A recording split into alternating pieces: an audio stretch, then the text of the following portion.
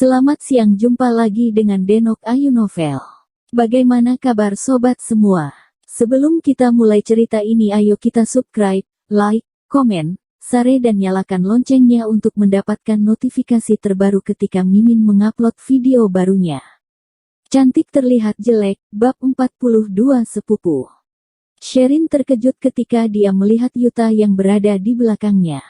Dia membuka tasnya dan mencari dokumen yang berisi daftar nama dan informasi tentang nama pelanggan. Nama Yuta tertulis jelas di dalam dokumen itu, hanya saja Sherin tidak sempat membaca dokumen tersebut karena dia berangkat dengan buru-buru. Selain menjadi ketua OSIS, Yuta juga merupakan anggota ruang penyiaran pada saat SMA. Tidak tersangka, dia menjadi seorang MC sekarang. Hanya saja, Sherin tidak bisa bertahan dengan teman semanya sendiri memanggilnya, Tante. Tante, sepertinya kamu sangat terkejut. Aku tidak membantu kamu bayar 5.000 agar bisa dipanggil Tante, Sherin tertawa dengan dingin. Mungkin karena Yuta merupakan orang yang Sherin dekat, sifat kekanakan yang Sherin sembunyikan selama ini muncul kembali. Seorang MC yang terkenal mengapa memilih untuk naik bus umum? Sherin bertanya. Yuta menaruh tasnya di kursi dan duduk di atas kursi. Seorang penata rias perusahaan Simba yang terkenal juga memilih untuk naik bus umum. Ini adalah pertama kalinya ada orang menjuluki dia sebagai penata rias Simba. Dia baru bekerja Simba kurang dari 1 bulan. Sherin tidak menjawab Yuta dan menaruh kotak alat riasnya di atas meja. Bisakah kita mulai menata rias sekarang? Tidak perlu terlalu serius. Muka seperti aku, kamu hanya perlu sembarang menggambar sedikit dan sudah ada hasilnya. Yuta memejamkan matanya. Sherin merasa aneh. Bukankah manajer lupus berkata MC kali ini sangat memilih?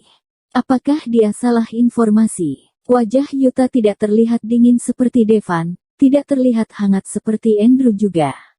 Pandangan pertama yang wajah Yuta berikan kepada orang lain adalah terlihat seperti hantu. Tiba-tiba Sherin keingat Simon. Mungkin Simon juga akan terlihat seperti Yuta ketika dia menjadi dewasa. Sherin sengaja menata riasan Yuta terlihat lebih ringan dan aktif. Tetapi Sherin juga takut kalau Yuta tidak menyukai cara riasnya. Sudah, Sherin berkata dengan ragu. Yuta membuka matanya dan melihat bayangan dirinya di cermin. Dia mengangguk sedikit dan berkata, teknik rias Tante lumayan juga ya. Oh ya, karena saya berterima kasih dengan Tante telah menolong saya tadi. Saya mengundang Tante untuk pergi melihat saya MC di acara. Sherin merasa bingung terhadap undangan Yuta. Setelah berpikir, dia mengangguk kepalanya. Sherin ingin tahu pertumbuhan Yuta setelah 6 tahun. Oke. Tetapi jangan memanggil saya Tante lagi. Nama saya Sherin. Sherin senyum kepadanya. Waktu SMA, teman-teman mereka sangat suka menyatukan Sherin dan Yuta. Tetapi mereka sendiri jelas, hubungan mereka hanya sebagai teman akrab. MC Yuta, Devan berkata dia akan tiba dalam 5 menit. Apakah kita siap-siap dahulu? Mereka baru tiba di tempat penyiaran, seorang direktur sudah menyambut mereka. Sherin dengar dari rekan kerja Simba, mereka berkata semua aktor yang terkenal juga harus menghormati direktur penyiaran. Sherin melihat ke Yuta dan mulai menebak identitas aslinya. Melihat semua karyawan yang sangat menghormati kepada Yuta, dia tidak percaya Yuta cuman hanya seorang MC. Sherin, sini. Aku akan membawamu ke tempat yang bisa melihat ke panggung dengan jelas. Yuta memanggilnya. Secara natural, Yuta memegang tangan Sherin dan membawanya ke tempat duduk penonton bagian paling depan. Tangan Sherin memang selalu terasa dingin saat musim dingin. Alis Yuta terangkat, apakah kamu kedinginan? Mengapa tanganmu begitu dingin? Yuta meniup tangan Sherin dan memasukkan tangan Sherin ke dalam sakunya. Sherin merasa terharu, matanya menjadi sedikit merah. Dia menyadari dirinya benar-benar sensitif baru-baru ini. Musim dingin 7 tahun lalu, Yuta juga melakukan hal yang sama terhadapnya. Apa yang sedang kalian lakukan? Badan Sherin bergetar mendengar suara yang dingin dari bagian kanan mereka. Oh ya, Tadi direktur itu menyebutkan nama Devan. Sherin merasa dirinya bodoh. Mengapa dia masih mengira di daerah Ciput bisa ada Devan yang kedua? Ini adalah pertama kali Sherin dan Devan bertemu setelah pulang dari pulau kemarin.